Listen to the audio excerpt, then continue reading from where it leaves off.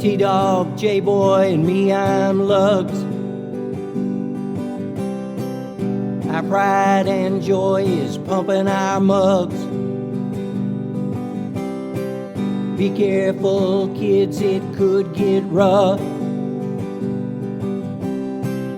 We're flipping our lids on sports and other stuff.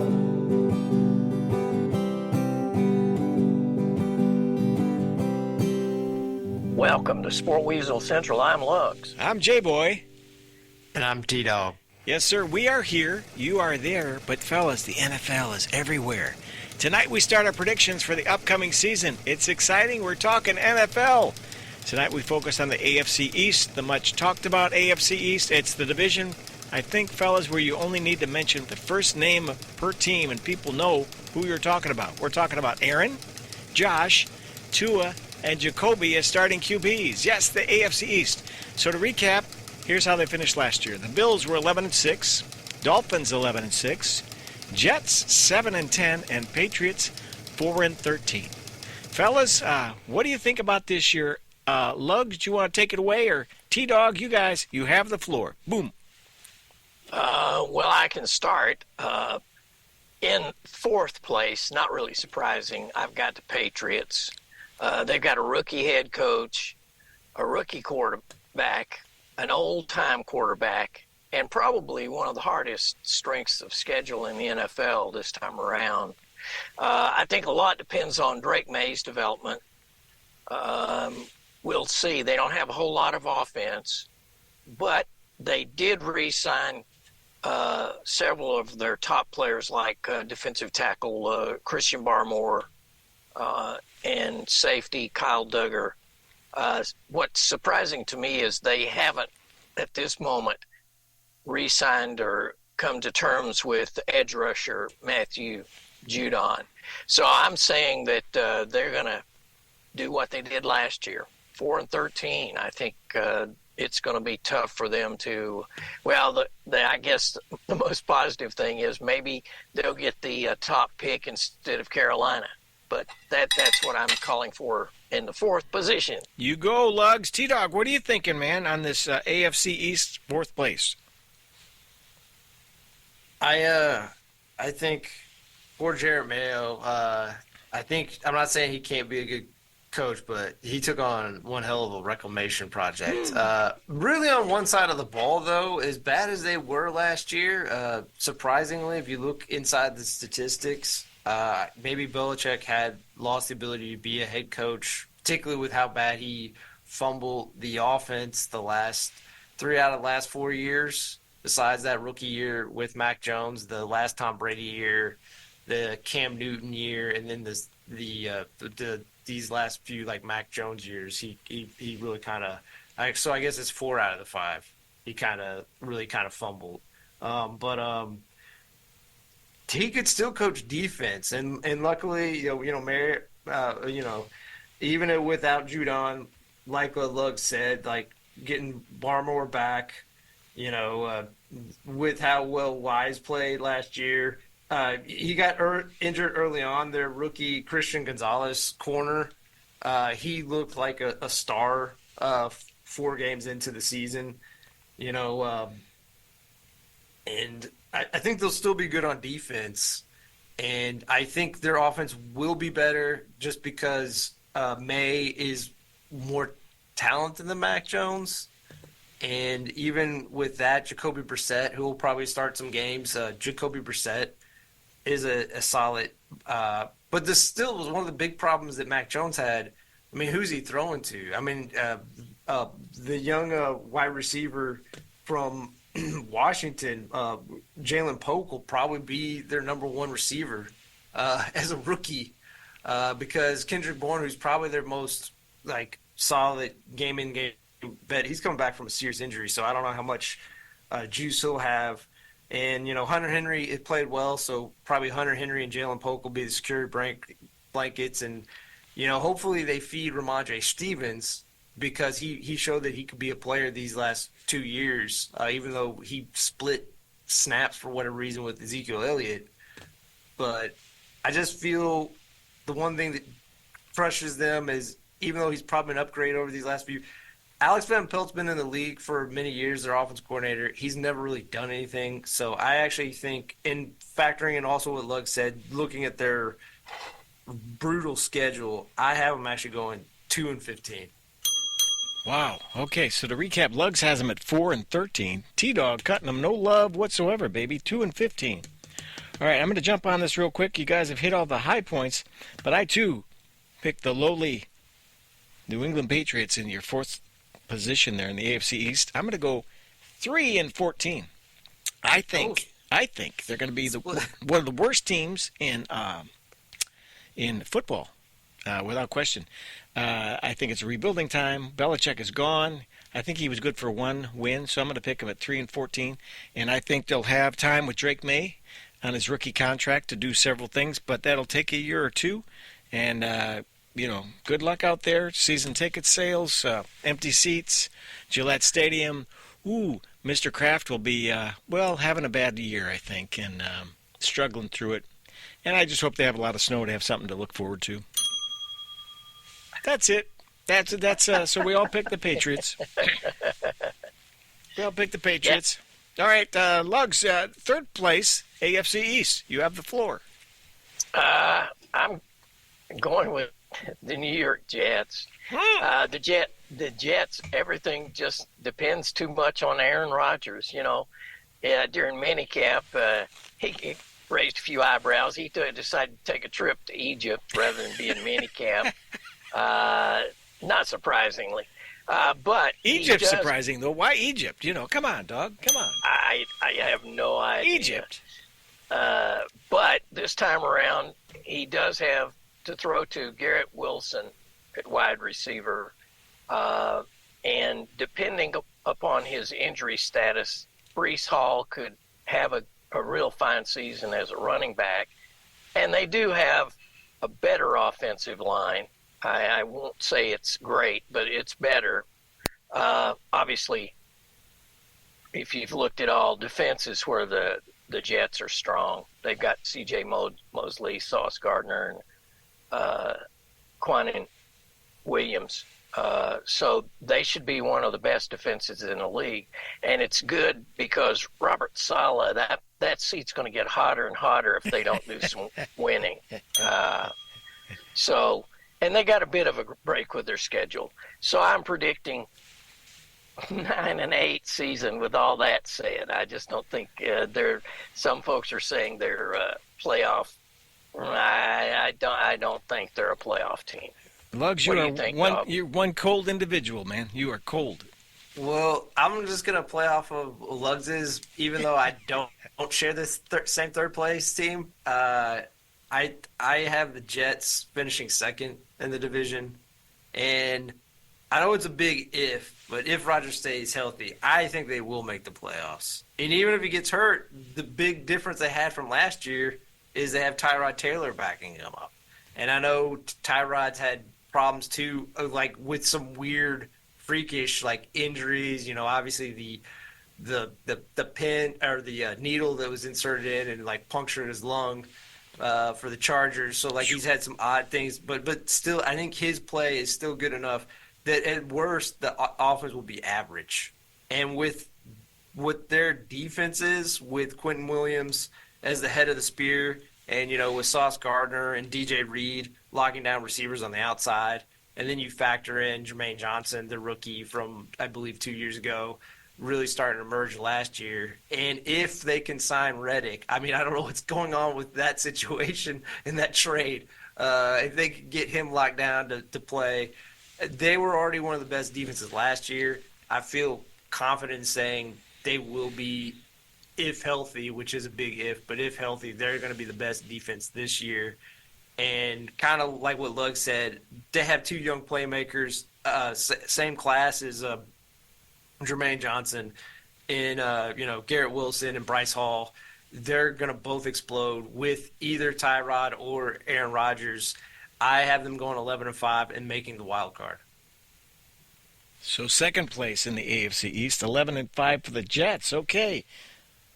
Luggs had them at 9-8. I've got them tied with the Dolphins, and I'll explain why. So first of all, this is it for Aaron Rodgers and Robert Saleh. Luggs pointed out that is one hot seat over there in the city by the bay, where they're going to have Saleh for a barbecue lunch someday.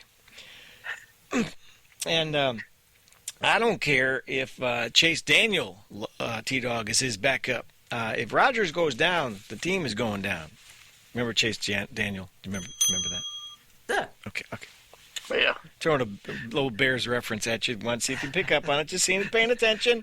Okay, so I got him going 10-7 and tied for second. So we'll talk about the next team, but I got him going 10-7. I think last year they won. What did they win? 7 games. I think Rodgers, as healthy, probably is good for a couple more. So I'm going 10-7, no playoffs, tie-in with the Dolphins in the division. Okay. Second place, or are we on third place? Second place for Luggs. What do you got, Luggs, for second place, AFC East? I'm confused. Second place, I'm going against Vegas on this one. I have the Buffalo Bills finishing in second place in the East. We all know that Josh Allen is all world, but let's be honest, friends. He's all Buffalo has. I mean, they lost Stephon Diggs. I guess Keon Coleman, Curtis Samuel maybe can step up in the receiver rotation. They've got James Cook, Ty Johnson, and Kentucky's own Ray Davis to run the ball. I just don't see them being an offensive juggernaut. And defensively, they seem to be just sliding into, mediocrity, middle of the pack at best. I mean, they've lost Micah Hyde, Jordan Poyer, and Tre'Davious White. So that's a lot to lose in leadership and knowing the coverages. So I'm going to give them a 10-7 season. 10-7 season in second place. Woo! T-Dog. We'll get, again, just building off of what the team that Luggs talked about. Even though I don't agree with his placement of this team, some of his points I actually do agree with. So it makes me have some trepidation. But I have the Bills winning the division. And I still think they're the team to beat. Mainly, in Luggs pointed out, like, it all comes down to Josh Allen. But here's the thing where I guess I brush back against. Besides Mahomes, no one has consistently carried their team over the last 3 or 4 years than Josh Allen. He accounted for 44 touchdowns last year, 29 passing, 15 rushing. 15. That's a ton. And once they switched out offensive coordinators, Joe Brady's offense took some of the pressure off them because they finally started to actually use the running backs to actually run the ball. Even though I guess when they got to the red zone, it was still just Josh Allen getting his number called. So I think that balance, and I do think letting go of Stephon Diggs and then bringing in a Keon Coleman. I'm not saying it is a 1-to-1, but you just look at the height. Keon Coleman is 6'4", listed at 215. They're gonna play more of a bully ball, and their rookie last year, Kincaid. He is more of a receiver. He not to say he can't block, but they're looking to get all their big guys out there. They're looking to be that team that just kind of leans on you instead of trying to finesse you. And they have some good players on defense, and like Ed Oliver and AJ Milano, who's coming back from a severe injury. But a lot of it is Sean McDermott really did show why he got the head coaching job. He really did mix it up in the second half of the season, even though they didn't have some pieces. He was able to scheme it up. But I will still say if they were going to win the division, their offense is going to have to step up. And like I said, besides Mahomes, I trust Josh Allen to do that. So 12-5 win the division. Wow. 12-5 for the Bills to win the AFC East. Okay. I'm going to step back. Let's see. Should I talk about the Bills or the Dolphins? Whew, I'm confused. I will talk about the Bills since you're on it. Okay. First of all, I think they're way underrated. I think people want to pile on them. I think people want to bury them. I think Luggs was a prima donna. I think the new guy is taller, stronger, jump ball man. KC didn't have a number one receiver last year, if you remember, and they won the Super Bowl. If the Bills don't have one, hey, what's the point? And I think Josh is still in his prime. He's a freak of nature, a specimen of physical ability. I think they're going to win that division. And I got him at, T-Dog, 11-6, not 12-5, but 11-12. I got him at 11-6, winning the AFC East. Okay, gosh, where does that leave us now? Lugs, you got one team left. Who do you like to win the division? I'm going with the Dolphins. Yeah! They were the number one offense last year. Everybody's back. Tagovailoa, Tyreek Hill, Jalen Waddle on offense. They've also added OBJ, Odell Beckham Jr., and tight end Jonnu Smith. The real iffy side is the defensive side. And they've got a new defensive coordinator, Anthony Weaver, and probably 3 or 4, maybe even 5 brand new starters. The Dolphins, they tend to fade at the end of the season. Maybe it's cold weather, maybe not. Still, with their schedule, I think they'll win 9 of their first 11 games. And they have the advantage of basically first 3 months of the season, they're playing all non-playoff teams. Their toughest will be the 2 against Buffalo and 1 against the Rams. So I'm predicting the old Finns there, 11-6 season, 11-6. 11-6. T-Dog, I don't think you had them anywhere near that, just based upon what I'm looking at this blank piece of paper in front of me. Well, Go ahead. Again, even though I have them finishing third, and actually not that far off from that record. I just think this is a good division. Like, there's a few divisions in the NFL that are good divisions, and obviously, mathematically, it's not going to work out that way. I feel I'm going to predict a lot of teams to go 10 and something this year. I'm going to be wrong. But the Dolphins, Lugs kind of hit on the things I have more trepidation with maybe than him, and that's why I had them just dip a little bit behind where they have finished the last 2 years, is the loss of some of their interior offensive linemen. Not that their offensive line was great, but losing anybody. In Armstead has been great for him, but again, the reason the Saints let him go is Armstead maybe plays 11 games out of a 17-game slate, if that. They brought over Isaiah Wynn, who Wynn can play is good, but he's even less durable than Armstead.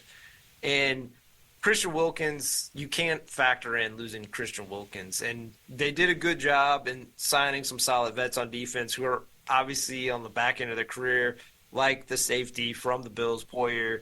They brought in Shaq Barrett. I don't know how much left he has in the canister. Kendall Fuller, corner. And I guess to kind of fill in that role, even though he's mid-30s, Calais Campbell, I think, still can go. But he's just not – Calais Campbell. That's right, the dinosaur. But I just feel on that offensive line and that defense, because, again, Lugs kind of hinted on it, going from Fangio to, even though Weaver's been in the league for 13 years, this is his first year coordinating a defense. Not saying he can't be a prodigy like Mike McDonald, but I just think there's going to be a lot of learning on the job, maybe for a month or beyond that, and that's going to maybe have them lose one game. I love Tua. Obviously Mike McDaniel's offense has really unlocked what he does well. He's a point guard who distributes the ball, and they just made sure that they have speed. They have Tyreek Hill, fastest guy, Jalen Waddle, one of the fastest wide receivers. They have A-Chain, possibly the fastest running back in the backfield. They got a rookie out of Tennessee and Jalen Wright, also super fast running back in the backfield, and they still have Raheem Mostert. The thing I worry about on offense, kind of like what Lug said, though, is they still don't have a power element. They're so much on speed, and I'm not saying that they should build it to be balanced. They just need to have enough power to be like a curveball to their fastball, if you know what I'm saying. They just need a little bit of power game to their element so they can kind of catch. But it feels like they just have the one pitch, and that's the thing that's holding them back from cracking through. And that's why I have them going 10-7 and missing the playoffs. 10-7. Okay. Just a side note here. I just held you guys up a little time cue, for the closed circuit Yeah. feed here. My fingernails are really rough, man. I mean, that's really bad. You know, need a little work. Okay, let's move on. Where are we now? Well, no, I've got this little kink I've had in my neck. Health problems for 100. All right, so we need to talk about. I need to talk about the Dolphins because, gosh, I'm all confused. I had them tying for second with the Jets, and here's why. I think they're a solid team.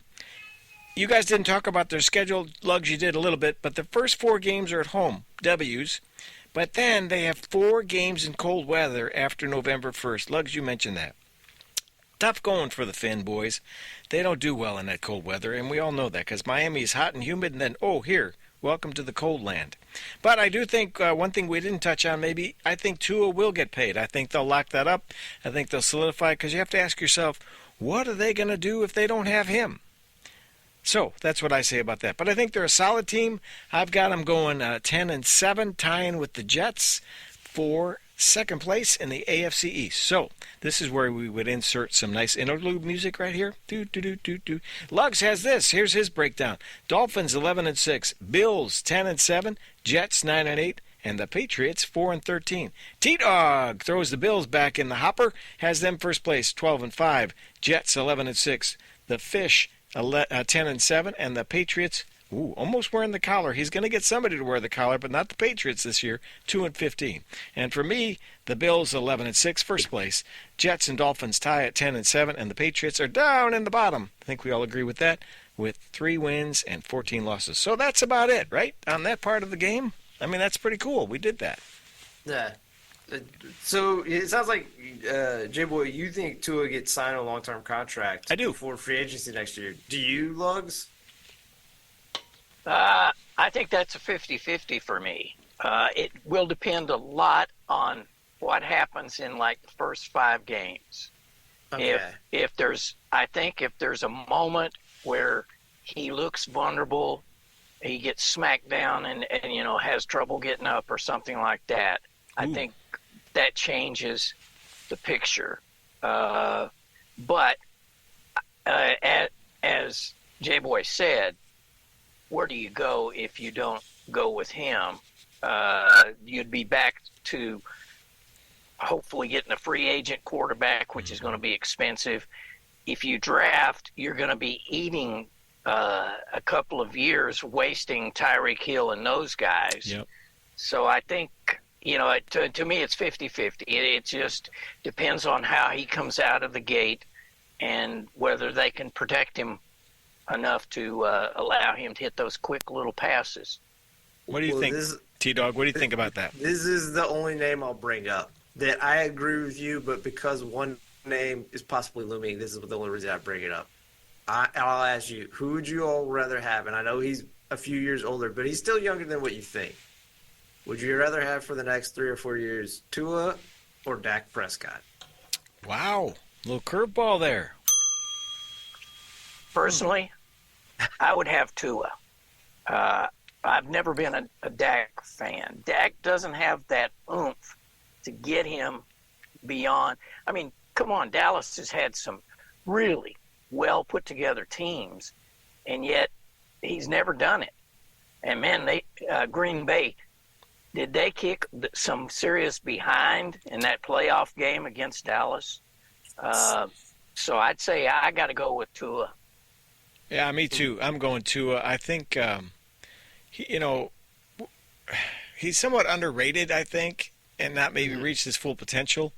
And he's a little out of the spotlight because of all the other quarterbacks in that division and all the other quarterbacks, for that matter, in the AFC. He's like, probably in the top 10 for sure. I mean, yeah, for sure. But is he top 5? Not the way people talk about him.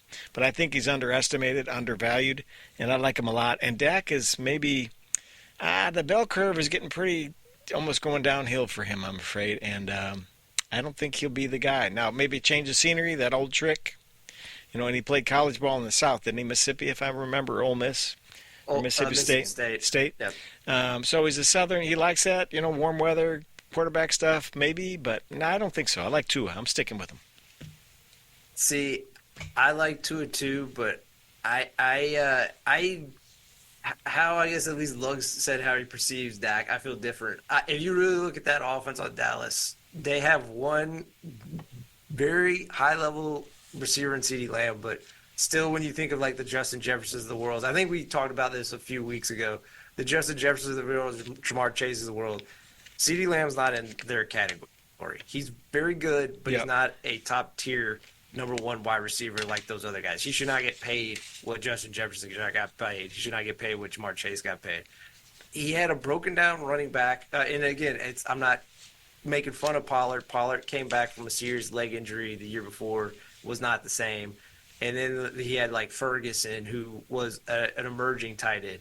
He had one of the top offenses last year, surrounded by, like I said, like a solid wide receiver, a fine Brandon Cooks. Like, is him kind of doing the work. So you put him with Mike McDaniels, schematically one of the top like 5 coordinators in the league, with all that speed. I think Dak's ceiling is higher. I think it's like a Stafford situation at golf. Golf is obviously very good, but if you can get a Stafford, you get a Stafford. I think it's a similar situation. Not the same, but a similar situation. Where neither one's bad, but you're just looking to upgrade so you can win a champ. So. Okay. Well, I think Pappy Jerry Jones, he ain't going to let Dak go anywhere. I mean, think about it. They brought back Pappy. He brought back Ezekiel Elliott. Hey, Pappy. I'm still caught up in that. Sorry, I just see a little old man with a beard, hanging from a tree or something, like a gnome, looking like a gnome. Yeah.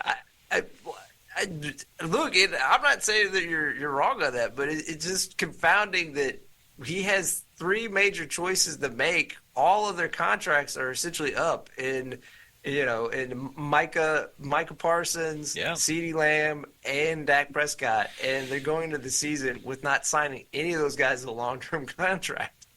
It feels insane, and they can't franchise Dak, but you could, if you at least sign Dak, you could maybe franchise CeeDee Lamb or Micah, but they're not even currently. They're not having any of these options available. So I don't know. It's just very bizarre to me, the whole thing.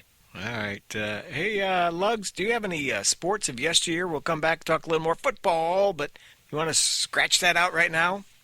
All right. Okay. That's the theme song today. Go ahead. You're on. Take it. All right. In this edition of Sports of Yesteryear, 1929, Pittsburgh Pirates outslugged Philadelphia Phillies 15-9. 9 home runs were hit, 1 in each inning, which is unique in MLB history. 1934, National League pitcher Carl Hubbard strikes out in order. Babe Ruth, Lou Gehrig, Jimmy Fox, Al Simmons, and Joe Cronin for the All-Star record. It was in a losing cause, though, because the American League went on to win 9-7. 1971, 100th British Open men's golf. Lee Trevino wins the first of his consecutive Open championships. He was a stroke ahead of Lu Liang Wang of Taiwan. I believe I'm going to have to tie one on after this. Oh, yeah. All right. Hello. Woo, Taiwan. 2002, 10th ESPY Awards. Tiger Woods and Venus Williams are named Athletes of the Year. And finally, 2016, U.S. Open Women's Golf. American Brittany Lang wins her first major title by 3 strokes against Anna Nordqvist of Sweden. So that's it for this edition of Sports of Yesteryear. Look, your Logs put out an awesome report. Okay, wait, I want to go back to one. Okay, struck out who? Babe Ruth, Lou Gehrig.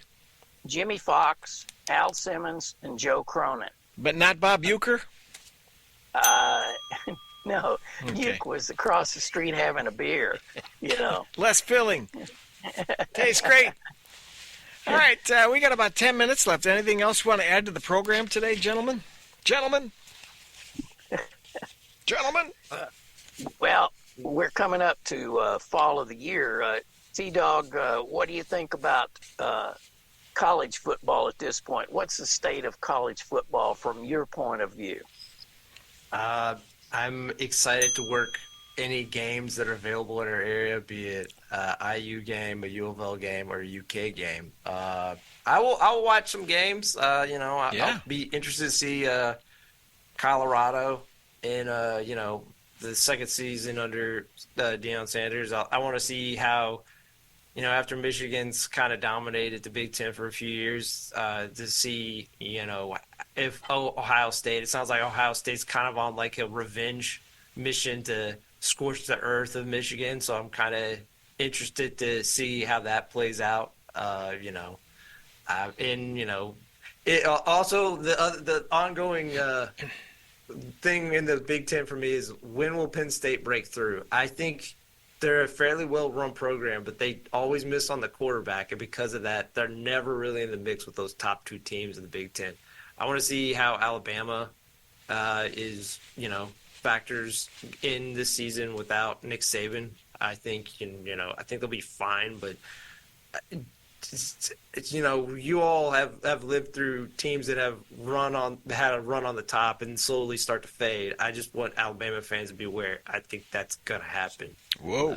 They're not gonna. Well, they're gonna be good, but they're what the standard had been under Saban is just hard for anyone to match. So they're gonna get a little, and just how much Kirby Smart has, I think, figured out the Saban formula and started applying it to a place that has better pipeline. I think they're going to be, in the mix. So I don't know. What about you, Lugs? What are you looking forward to?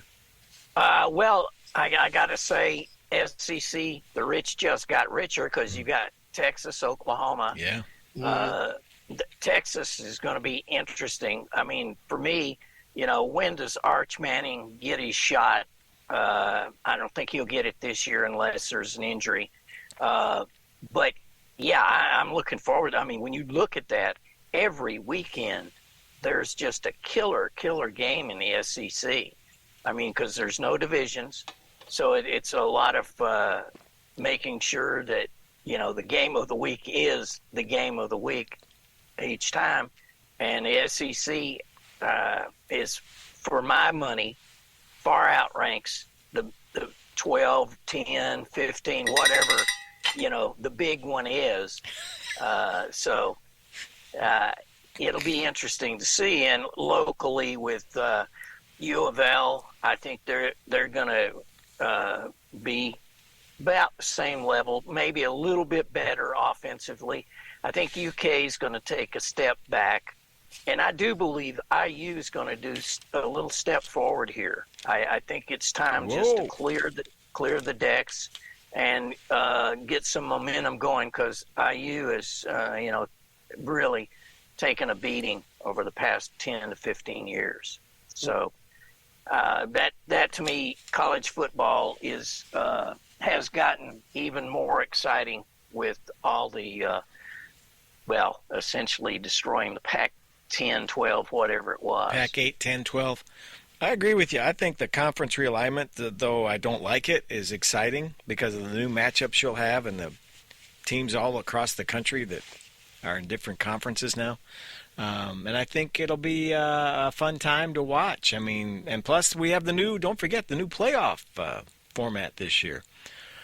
And that'll take some time, and gosh, pretty soon, before you know it, a collegiate football player is going to be playing a 20-game season. I mean, gee whiz. If you run to the end, it's going to be pretty high up there. But I like the local rivalries. I like the possibilities. I think it's going to be interesting. Don't forget, too, games are on different networks this year. CBS, Fox, all kind of flip-flopped. And it's going to be interesting to watch all that unfold and who gets the big games and the voices of the big games now. And bigger and better than ever, and more money to everybody. So I guess that's a good thing. And overall, I think it's good. We'll see. No, like you said, like on ESPN and ABC, obviously SEC will kind of reign supreme. Yeah. And then at noon, it'll be a Big Ten game on Fox. At midday, it'll be a Big Ten game on CBS. It's wild, isn't it? And then at night, prime time, it'll be a Big Ten game on prime time. Now I like the Big Ten, but I'll at least give this to Lugs. I was like, do we have enough matchups to fill all three of those slots? I don't know. I don't know. I don't think they did. But even the goofy Big 12 with all its realignment with, Cincinnati and all these different schools that have kind of filtered into that, and they picked up a couple extra teams too. So that's even a weird conference, but it actually has some pretty high-powered offense, and they're just going to be very interesting matchups to watch. I hate to see some of those rivalries go away. We've known for years, Oklahoma, Oklahoma State, and that sort of thing. But what are you going to do? You can't fight that. Yeah, it's dollars. Dollars. You got to have the bucks. All right. Anything else tonight? Nope. That's it for me. Okay, let me leave you with this joke, gentlemen. Why aren't trees good at taking tests? Why aren't trees good at taking tests? They leave too early. Not bad. They always get stumped. Oh, all right. This has been Sports and Other Stuff, brought to you in part by Rose Auto Sales, Highway 51 North. If their sticker's not on the back of your car, you probably paid too much. Stop in and ask for our friend. He's there tonight. What's his name? His name is Fish. Yeah. And this week, in the year 1040, legend has it that Lady Godiva rode naked on horseback through Coventry, England, to force her husband, the Earl of Mercia, to lower taxes. Always an Anglophile, Fish is hosting a Renaissance fair to celebrate the good lady's efforts. Beginning at 1 p.m. this Saturday, come on down for a step back into the beginning of the second millennium. There will be jousting, mead making, and the rescuing of fair maidens, we hope. Admission is $20, so break out the armor, saddle up, trot on down, and have a Lady Godiva chocolate. You can only find that information here on Sports and Other Stuff. Join us again next week. We are the Sport Weasels. Till then, so long for now. Bye-bye.